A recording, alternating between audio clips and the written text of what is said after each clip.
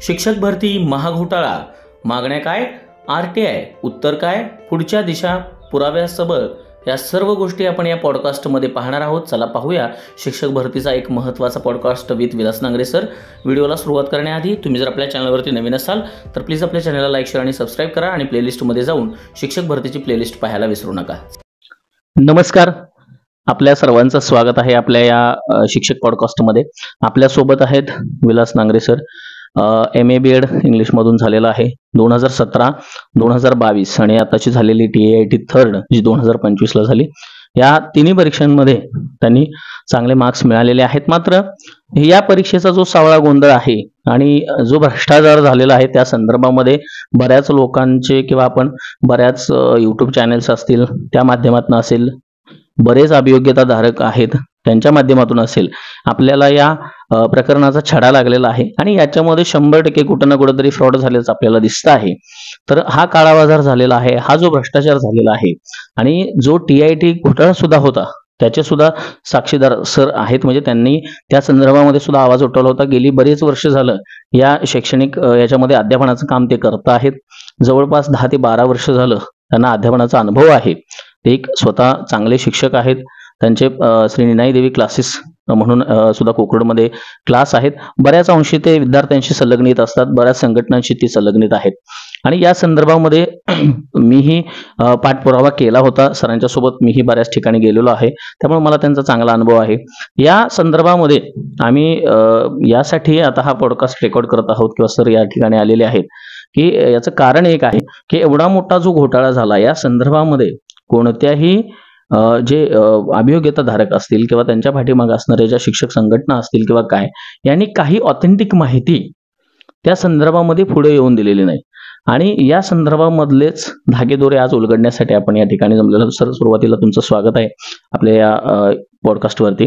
मला सर असं विचारायचं आहे की जी 2024 आता 25ची जी टेट थर्ड झाली आणि टेट 2017ची जी झाली आणि त्याच्यानंतरची म्हणजे 3 ज्या टेट झाल्या, ह्या तिन्ही टेटमध्ये तुम्हाला वेगळापणा ह्या टेटमध्ये काय अनुभवायला मिळाला? नमस्कार सर.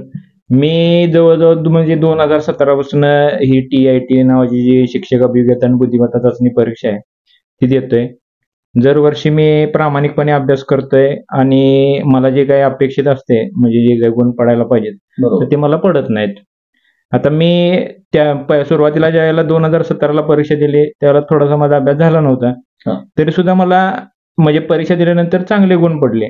आणि त्यावेळी ज्या परीक्षा जी होती त्यावेळी काय महत्वाचं होतं की तुम्हाला परीक्षा दिल्या तुम्हाला तुमचा रिझल्ट कळत होता. फॉर एक्झाम्पल मला त्या परीक्षेला 116 मार्क्स मिळाले तर ते मला लगेच कळाले म्हणजे तुम्हाला 116 मार्क पडलेत. तर आता ज्या 2 परीक्षा झाल्या 2022ची असेल किंवा 2025ची असेल तर त्या परीक्षांचा निकाल जाहीर होण्यासाठी महिना लागतोय, 2 महिने लागतात, काय कळायला 3 महिने लागतात. आता जर परिषदेनं ही जी परीक्षा घेतली तर ती परीक्षा घेण्यासाठी फक्त 8 दिवस घेतले आणि घाई गडबडीत निकाल लावला. परंतु ज्यावेळेला घाई गडबडीत निकाल नाही, परीक्षा घाई गडबडीत घेतली परंतु निकाल लावण्यासाठी जवळजवळ 75 दिवस घेतले. मग ज्या परीक्षेचा निकाल तुम्ही क्षणामध्ये एका क्लिकमध्ये लागू शकतो त्या परीक्षेचा निकाल लावण्यासाठी तुम्ही जे 3.5 महिने किंवा 3 महिने घेतले तर ते एवढा दिवस कशासाठी लागतो? आता 2000 परीक्षा माझ्या बाबतीत काय घडलेलं आहे की मला 2017ला 116 मार्क होते, 2022ला मला 102 मार्क्स मिळाले. आता ह्या वेळेला सुद्धा माझ्याकडे नंबर लागला नाही किंवा मेरिटमध्ये मी बसलो नाही, त्याची कारणे वेगवेगळे असतील.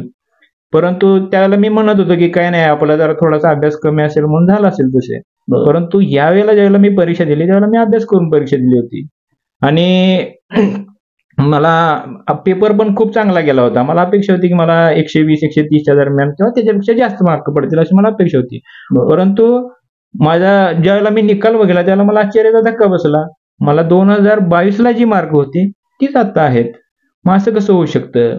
असं कसं शक्य आहे? मी म्हणतो एका दुसऱ्या मुलाच्या बाबतीत हे घडू शकतं, माझ्या बाबतीत घडलं असेल. परंतु ती जर का मेरिट यादी बघितली आणि त्यात जर बघितलं तर अशी हजारो मुलं आहेत की ज्यांना 2022ला पण 30 मार्क आणि 2025ला पण 30 मार्क आणि काही काही मुलं अशी आहेत की ज्यांना 2017ला पण 30 मार्क आहेत, 2022ला पण 30 मार्क आहेत आणि 2025ला पण 30 मार्क आहेत. मग हे असं कसं होऊ शकतं? हे शक्य आहे का? एकंदरीत हा फार मोठा घोटाळा आहे. म्हणजे तुम्हाला कळालं असेल की 2017, 22 आणि 25ला आणि आपणही त्याच्याबद्दलचे सगळे पुरावे आपल्या बऱ्याच युट्यूब चॅनलच्या माध्यमातून असेल किंवा शिक्षक संघटनांच्या माध्यमातून असेल किंवा अभियोग्यता धारकांच्या माध्यमातून असेल, आपण हे पुरावे पाहिलेले आहेत की एका म्हणजे मार्क सेम असणारे उमेदवार, 0 मार्क असणारे उमेदवार, त्यानंतर सगळ्या ह्याच्यामध्ये एकेरी नावाचा उल्लेख आहे. याच्याबद्दल सर तुम्हाला काय म्हणायचं? जी नावं आपल्याला दिसत आहेत की कोणाचं नाव जानू, बाबू, सोना, आशिक अशी नावं आहेत, या संदर्भात काय माहिती?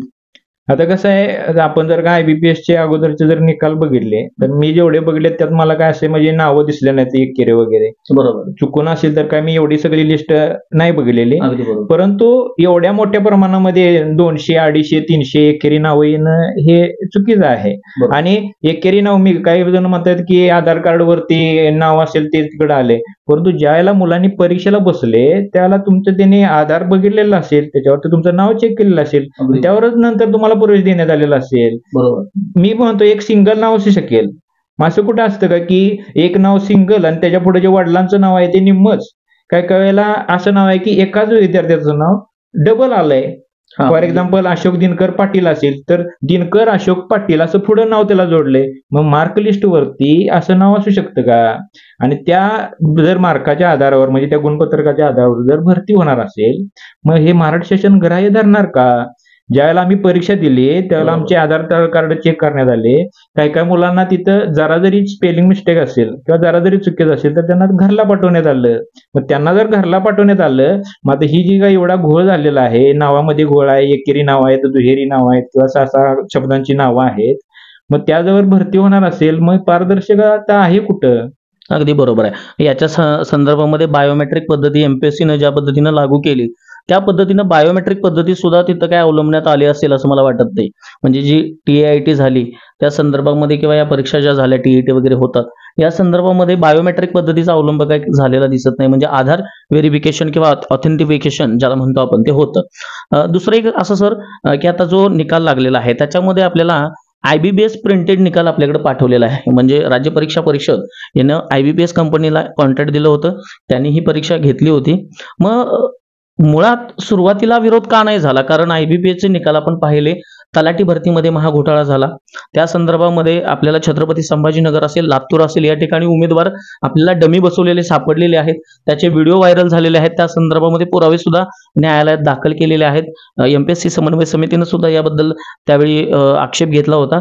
त्या संदर्भामध्ये असेल, पर्यवेक्षकाच्या परीक्षा असतील, RRBच्या परीक्षा असतील, या संदर्भामध्ये सुद्धा IBPSच्या आपल्याला दिसले आहेत. मग टेट ज्यावेळी घेत आहेत, अभियोग्यता चाचणी ज्यावेळी घेत आहेत, IBPS कडे वर्ग केल्यानंतर जो निकाल IBPSनं दिला, राज्य परीक्षा परिषदेनं तोच निकाल जाहीर केलाय का?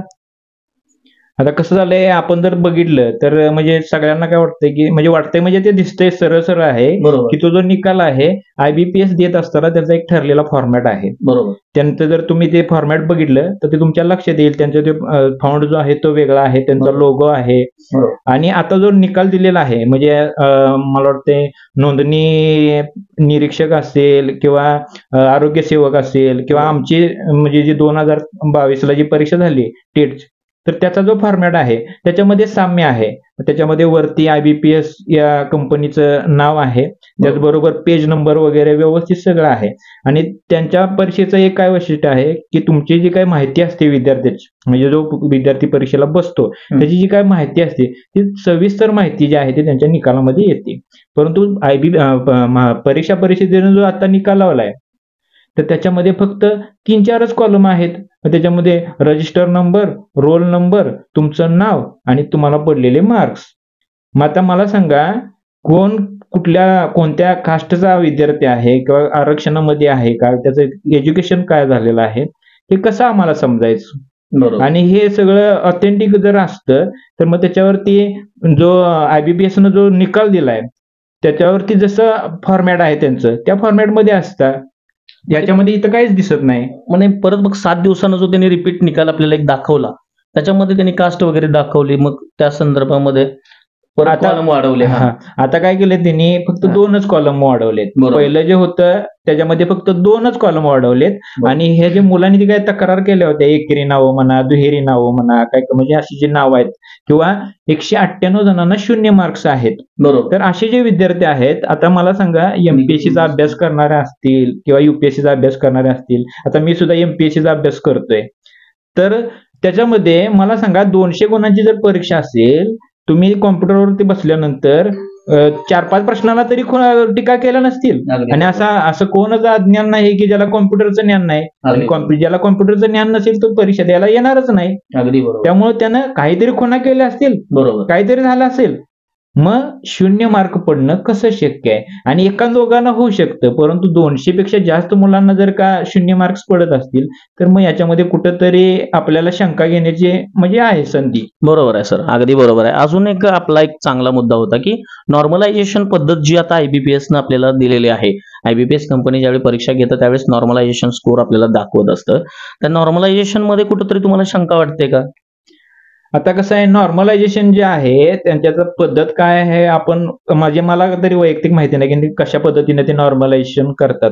आता म्हणजे कोर्टाचे जे असा आदेश आहेत सर्वोच्च न्यायालयाचे किंवा उच्च न्यायालयाचे म्हणा, की जर का परीक्षा अनेक शिफ्टमध्ये होत असेल तर त्या परीक्षेचं नॉर्मलायझेशन हे झालं पाहिजे. अगदी बरोबर. कारण का प्रत्येकाला काही वेगळा म्हणजे पेपर वेगळा असतो, काठिण्यपत्ती वेगवेगळी असते. बरोबर. त्यामुळे नॉर्मलायझेशन हे झालं पाहिजे. आणि IBPS ज्या ज्या परीक्षेत घेतलेले आहे आतापर्यंत ते त्यांचे नॉर्मलायझेशन करूनच ते निकाल दिलेले आहेत, कारण ती परीक्षा शिफ्ट वाईज होते. अगदी बरोबर. त्यामुळं हिथं जे आहे आमच्या मार्कमध्ये जे म्हणजे मार्क लिस्टमध्ये जे काय आलंय किंवा आमच्या गुणपत्रकामध्ये जे काय आहे, तर त्याच्यामध्ये नॉर्मलायझेशनच्या मार्काचा कुठं उल्लेखच नाही. किंवा जी काही गुणवत्ता यादी तयार म्हणजे पाठवलेली आहे किंवा आम्हाला देण्यात आलेली आहे, तर त्याच्यामध्ये त्याचा उल्लेखच नाही. नॉर्मलायझेशन झालेलं मार्क किती किंवा नॉर्मलायझेशन झाले का नाही हे पण आम्हाला माहिती नाही. बरोबर आहे. म्हणजे तुमचं असं मत आहे की रॉ स्कोर सुद्धा कळत नाही त्याच्यामध्ये, आणि नॉर्मलायझेशन झालेला स्कोर जो डायरेक्ट दिलेला आहे त्याच्यामध्ये कारण नॉर्मलायझेशनच्या IBPSचं एक सूत्र आहे, फॉर्म्युला आहे. त्या पद्धतीने जर आपण बघायला गेलं तर त्याच्यामध्ये आपल्याला सरळ सरळ पॉईंटमध्ये निकाल दिसतात. मग ते सुद्धा आपल्याकडे यावेळी पॉईंटमध्ये निकाल दिसत नाहीये. तर रॉ स्कोर म्हणजे जो आहे तो सुद्धा दिसत नाही. नॉर्मलायझेशन स्कोरमध्ये डायरेक्ट 99, 100, 200, 150 असे मार्क्स आहेत, कोणाचे हे पॉईंटमध्ये नाहीत. मग तिथे एक शंका घ्यायला चान्स आहे असं सरांचं म्हणणं, आणि अगदी रास्त सुद्धा आहे, मीही त्याला सहमत आहे. दुसरं असं नॉर्मलायझेशन स्कोरचं झालं. रिस्पॉन्स शीटची मागणी बरेच अभियोग्यताधारक करत आहेत. सगळ्यांच्या रिस्पॉन्स शीट आपल्याला मिळायला पाहिजे, त्यानुसार आपल्याला सगळ्यांना कळेल, त्याच्या लोकेशन सहित, त्याच्या डिटेल सहित, सगळ्या गोष्टींसहित आपल्याला रिस्पॉन्स शीट मिळाली पाहिजे. मात्र IBPS ही कंपनी अशी आहे की जिथं तुम्हाला रिस्पॉन्स शीट देत नाही, ती कोणतीही परीक्षा घेतल्यानंतर त्याची रिस्पॉन्स शीट ही तुम्हाला देत नाही. मग हे कुठंतरी चुकीचं आहे. आणि हे राज्य परीक्षा परिषदेनं त्यांच्याशी ज्यावेळी कॉन्ट्रॅक्ट केलं या संदर्भामध्ये त्यांची बोलणी झाली असेल का, आणि हे तुम्हाला कितपत योग्य वाटतं? तसं बघितलं तर म्हणजे ही पद्धत चुकीची आहे की तुम्ही कोणतीही परीक्षा द्या, म्हणजे UPSC असेल, MPSC असेल, तर तुम्हाला तुम्ही जे काही उत्तरांना खुणा केलेल्या असतील किंवा कार्बन कॉपी आपल्याला मिळते MPSC UPSC मध्ये, तर इथं कार्बन कॉपी काय तर आपल्याला मिळतच नाही. आणि ज्यावेळेला आपण परीक्षेला बसतो त्यावेळेला आपल्याकडचे जे काही कागदपत्र असतील ती सगळीच्या सगळी काढून घेतली जातात, म्हणजे आपल्याकडे काही सुद्धा पुरावा ठेवला जात नाही. मग त्याच्यामुळे इथं शंका घेण्याला वाव आहे ना कुठंतरी. बरोबर. म्हणजे तिथं ते एक शंकेची महत्वाची पाल तिथं चुकते.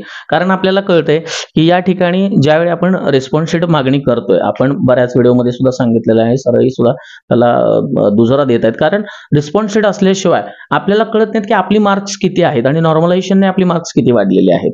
या संदर्भामध्ये कुठंतरी IBPS आणि हा निकाल राज्य परीक्षा परिषदेनं जाहीर केलेला आहे. IBPSनं निकाल लावून राज्य परीक्षा परिषदेकडे दिला आणि राज्य परीक्षा परिषदेने तो निकाल लावला. याच्यामध्ये एडिटिंग झालेलं आपल्याला निदर्शनास आलेलं आहे. बऱ्याच अंशात जे सगळे मुद्दे मांडलेले आहेत हे मुद्दे सुद्धा आपण कुठे ना कुठेतरी बघितलेले आहेत. या सगळ्यामध्ये सगळ्या बाबतीत शंका घेण्यास आपल्याला वाव आहे. दुसरं असं, राज्य परीक्षा परिषदेने याच्यावरती काही उत्तरं दिलेली नाहीयेत. मी स्वतः पर्सनली बरेच मेल IBPSला केलेले आहेत, राज्य परीक्षा परिषदेला केलेले आहेत, सरांनी मेल केलेले आहेत, सोबत सरांनी RTI सुद्धा टाकलेले आहेत, सोबत सरांनी त्याच्या प्रिंटआउट्स ठेवलेले आहेत. आमच्याकडे काही मोबाईलमध्ये सुद्धा पुरावे आहेत, त्यांनी आल्याला सुद्धा मला दाखवलेलं आहे. बऱ्याच अंशी या गोष्टी खूप शंकास्पद आहेत आणि या संदर्भामध्ये आपण सगळ्यांनी म्हणजे व्हिडिओ सुद्धा टाकला होता किंवा आम्ही चर्चा सुद्धा केली होती. बऱ्याच तहसीलदार किंवा जिल्हा अधिकारी जे आहेत, शिक्षण अधिकारी, त्यांच्याकडे सुद्धा आम्ही पत्रव्यवहार केला होता. या संदर्भामध्ये सगळीकडून टीका सुद्धा होत आहे महाराष्ट्रभर. तरी सुद्धा राज्य परीक्षा परिषदेने फक्त तो निकाल जसं सर म्हणतात 2 कॉलम वाढवून लावला, त्यानंतर त्याच्यामध्ये कुठलाही चेंजेस केलेले नाहीत, त्याची कुठलीही चौकशी केलेली नाही आणि त्याच्यानंतर परीक्षा भरतीसाठी आता 6 महिने उलटून गेलेले आहेत, तरी सुद्धा याच्यावर कुठलंही भाष्य त्यांनी केलेलं नाही. मग हे कुठंतरी फक्त आर्थिक स्वरूपाचंच देणं आपल्याकडून वसूल करतायत आणि भरतीचं कुठलाही नामोनिशाण नाही, असं आहे का? सर काय झालं माहिती का, आता हे जेव्हापासून म्हणजे शासनानं शिक्षक भरतीसाठी किंवा शिक्षक होण्यासाठी तुम्हाला TET कंपल्सरी केल्या, माझ्या माहितीनुसार 2013 पासून TET परीक्षा लागू केल्या. आता त्यानंतर बघा, जर वर्षी जवळजवळ म्हणजे एका दुसरं वर्ष असेल की ज्याला म्हणजे परीक्षा झाली नसेल, परंतु प्रत्येक वर्षी TET परीक्षा ही ठरल्यासारखी होते. आता बघा, जर का TET परीक्षा जर होत असेल तर मग TIT जी परीक्षा आहे, मग न्यायालयानं सुद्धा जे बालकांचा जो मोफत शिक्षणाचा जो अधिकार आहे, त्यानुसार जर वर्षी म्हणजे शिक्षक भरती होणं, मुलांना शिक्षक मिळणं, म्हणजे हे त्या कायद्यानुसार बंधनकारक आहे. मुलांना सक्तीचं आणि मोफत शिक्षण देणं ही सरकारची जबाबदारी आहे. मग त्यानुसार जर वर्षी भरती व्हायला पाहिजेत. आता जर आपण बघितलं तर खूप जागा, भरपूर जागा रिक्त आहेत ऑलरेडी आणि जर वर्षी म्हणजे जागा रिक्त होत आहेत, म्हणजे त्याच्यामध्ये वाढ होत्या. त्याचबरोबर माझ्या माहितीनुसार 2000 मला वाटते 10 पासून 12 पासून म्हणजे शिक्षक भरती झालेलं नाही. मग त्या जर का त्या वर्षापासून जर आजपर्यंत वर्ष पकडलं, जवळजवळ 7-8 वर्ष किंवा 8-9 वर्ष झाले, तर त्यामध्ये मुलांचं नुकसान झालेलं नसेल का? मग मुलांचा जो शिक्षणाचा मोफत शिक्षणाचा जो अधिकार आहे, मग त्याच्यावरती हे झालं नाही का? बरोबर आहे. मग ते भरायला गेलं पाहिजे होतं, म्हणजे त्या जागा ज्या आहेत त्या शिक्षकांच्या भरल्या गेल्या पाहिजे होत्या. परंतु शासनानं फक्त 2013 पासून ते आज 2024 पर्यंत 25 पर्यंत म्हणा, फक्त TET परीक्षा घेतल्या आणि शिक्षक अभियोग्यताची म्हणजे भरतीची जी परीक्षा आहे ती फक्त 2च घेतल्या. अगदी बरोबर. त्या पूर्ण करण्यासाठी 5-5 वर्ष लावली. मग ज्यांचं वय संपत आहे त्यांनी काय करायचं, किंवा मुलांचं जे नुकसान होत आहे त्याला कोण जबाबदार? खूप विदारक प्रश्न आहेत आणि खरंच याला कुठंतरी न्याय मिळाला पाहिजे. आपण हे पॉडकास्ट यासाठीच आयोजित केलं होतं आणि कुठंतरी सरांच्या या प्रश्नांचं मला देखील गांभीर्यानं वाईट वाटतं आहे. कारण जे आपण बघतोय डोळ्यानं, कारण आज बरेचसेच उमेदवार किंवा अभियोग्यताधारक असे आहेत की ज्यांची वय खरंच खूप जास्त झालेली आहेत आणि त्यांना म्हणजे शिक्षक या पदवीपासून सुद्धा वंचित राहावं लागलं आहे.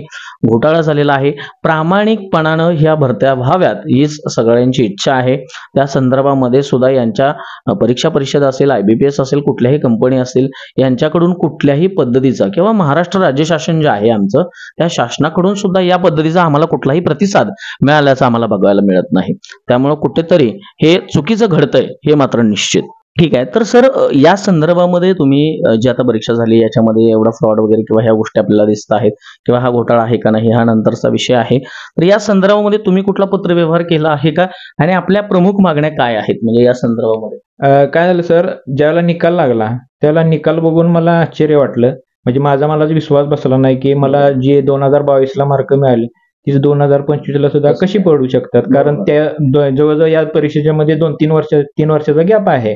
त्यावेळेची परिस्थिती वेगळी, म्हणजे त्यावेळेची काठिण्यपाती वेगळी होती, आताची काठिण्यपाती वेगळी होती. त्यामुळं मला विश्वास होता की म्हणजे माझा अभ्यास चांगला होता, त्यामुळे मला विश्वास होता की मला 125-30च्या दरम्यान मार्क्स पडतील किंवा त्याच्यापेक्षा जास्त पण पडले असतील. पण मला मागल्या वर्षी जी पडली, म्हणजे मागल्या 2022 जी पडली ती आता कशी पडू शकतात? बरोबर. मी काय म्हणतोय की जरा एक तरी कमी तरी व्हायला पाहिजे होत्या किंवा वाढायला तरी पाहिजे होते. अगदी बरोबर. पण असं काय झालेलं नाही. तर आता आमची मागणी अशी आहे, म्हणजे मी या संदर्भात माननीय मुख्यमंत्र्यांशी पत्रव्यवहार केलेला आहे, शिक्षण मंत्र्यांशी पत्रव्यवहार केलेला आहे, जे महाराष्ट्र परीक्षा परिषदेचे आयुक्त आहेत त्यांना पत्रव्यवहार केलेला आहे. त्याचबरोबर मी IBPS ला सुद्धा या संदर्भात तक्रार केलेली आहे. IBPS कडून म्हणजे रिप्लाय आलेला आहे, तो सगळ्यांनाच येतोय की तुम्ही संबंधित संस्थेशी संपर्क करा म्हणून. परंतु जे आपले महाराष्ट्र राज्य परीक्षा परिषद आहे, ज्यांनी म्हणजे परीक्षा आपली घेतली, म्हणजे त्यांनी परीक्षा त्यांच्याकडून घेतली जाते, तर त्यांनी आम्हाला काहीच रिप्लाय दिलेला नाही. तर माझी अशी एक मागणी आहे की भ्रष्टाचार झालेला आहे, काय आहे, या गोष्टी पुढच्या आहेत. परंतु आम्हाला आमचा अधिकार आहे, जसं इतर परीक्षांची रिस्पॉन्स शीट दिली जाते. म्हणजे आम्ही अभ्यास केलेला असेल, त्यातनं आम्हाला जे काही गुण मिळालेले असतील, तर ते आम्हाला कळणं गरजेचं आहे. गरजेचं आहे. त्यासाठी मी वैयक्तिक माझ्या स्वतःच्या म्हणजे रिस्पॉन्स शीटची मागणी करतोयच. त्याचबरोबर मी इतर सर्वांची सुद्धा रिस्पॉन्स शीटची मागणी करतोय, कारण त्याच्याशिवाय आम्हाला कळणारच नाही. माझ्या स्वतःची एकट्याची मिळून काही फायदा नाही. बरोबर. सगळ्यांची रिस्पॉन्स शीट ही कळाली पाहिजे, सगळ्यांना कळालं पाहिजे. बरोबर. त्यांच्या खात्यामध्ये त्यांच्या रिस्पॉन्स शीट उपलब्ध केल्या पाहिजे. तुम्ही TAT अकाउंट, जे TAIT अकाउंट आहे त्या संदर्भामध्ये त्यांच्या खात्यामध्ये सगळ्यांच्या रिस्पॉन्स शीट सगळ्या अभियोग्यताधारकांच्या मिळणं गरजेचं आहे आणि ते रास्त मागणी आहे. म्हणजे त्याच्यामध्ये कुठल्याही प्रकारची अडचण IBBS किंवा राज्य परीक्षा परिषदेला असण्याचं कारण नाही, कारण परीक्षा घेतलेली आहे तुम्ही आणि त्या संदर्भामध्ये कुठल्याही परीक्षेची ज्याप्रमाणे रिस्पॉन्स शीट दिली जाते त्याच पद्धतीने या परीक्षेची रिस्पॉन्स शीट मागितले तर यात चुकीचं काय, ह्या गोष्टी सुद्धा रास्त आहेत. या सर्व चर्चांती आपल्याला एकच मुद्दा प्रकर्षानं जाणवतो. एकतर दीर्घकाळ प्रलंबित असलेली शिक्षक भरती, प्रत्येक शाळेला शिक्षक न मिळणं आणि या शिक्षक भरतीमध्ये कुठेतरी या प्रकारच्या घटना घडलेल्या दिसतात आणि या संदर्भामध्ये त्याच्यानंतर आवाज उठवल्यानंतर कुठल्याही प्रकारची मदत किंवा कुठल्याही प्रकारचं रिस्पॉन्स या ठिकाणी मिळालेला दिसत नाही. हे खूप दयनीय आहे, दुःखदी आहे. त्यामुळं या सर्व मागण्यांचा विचार व्हावा. सर जे म्हटले किंवा आमच्या ज्या मागण्या आहेत आणि या संदर्भामध्ये आपल्या चॅनलच्या माध्यमातून सुद्धा हीच मागणी सरकारला राहील की या सगळ्या मागण्यांचा विचार करावा. अन्यथा खूप टोकाची पावलं आम्हाला सुद्धा उचलावी लागतील. काही संदर्भामध्ये आंदोलनं असतील किंवा शासनाकडे न्याय मागण्या करणाऱ्या पत्र असतील किंवा काही बऱ्याच गोष्टी आम्ही ज्या आता सध्या तरी आमच्या विचाराधीन आहेत की आम्ही अजून कोर्टामध्ये वगैरे ह्या गोष्टी अजून नेण्याच्या इतपत हे आहे, विचाराधीन आहे. ह्या गोष्टी होऊ शकतात. त्यामुळं तुर्तास या गोष्टींचा विचार करावा. धन्यवाद सर, आपण दिलेल्या वेळाबद्दल आणि वेळात वेळ काढून इथं आलात आणि ह्या सगळ्या गोष्टींच्या संदर्भामध्ये आपण रास्त चर्चा केली. अजून बऱ्याच गोष्टी आपल्याला शिक्षक भरतीच्या संदर्भानं बोलायच्या आहेत. त्या संदर्भानं सुद्धा आपण पुढची वाटचाल करणार आहोत. या भरतीसाठी सुद्धा अजून जास्तीत जास्त जागा येणं असतील किंवा ह्याचा निकाल पारदर्शकपणे पद्धतीने लागून हा निकाल सुधारित झाला पाहिजे आणि या सगळ्या मागण्या रास्त झाल्यानंतर, निकाल सुधारित आल्यानंतर मग याला कुठंतरी आपल्याला एक चांगली दिशा मिळेल एवढीच अपेक्षा करतो. तुम्ही सर्वांनी या पॉडकास्टमध्ये लिस्नरचा भूमिका चांगल्या पद्धतीने निभावली त्याबद्दल धन्यवाद आणि आपल्या इतर व्हिडिओसाठी आपल्या चॅनल सोबत राहा मित्रांनो. सबस्क्राईब करून ठेवा.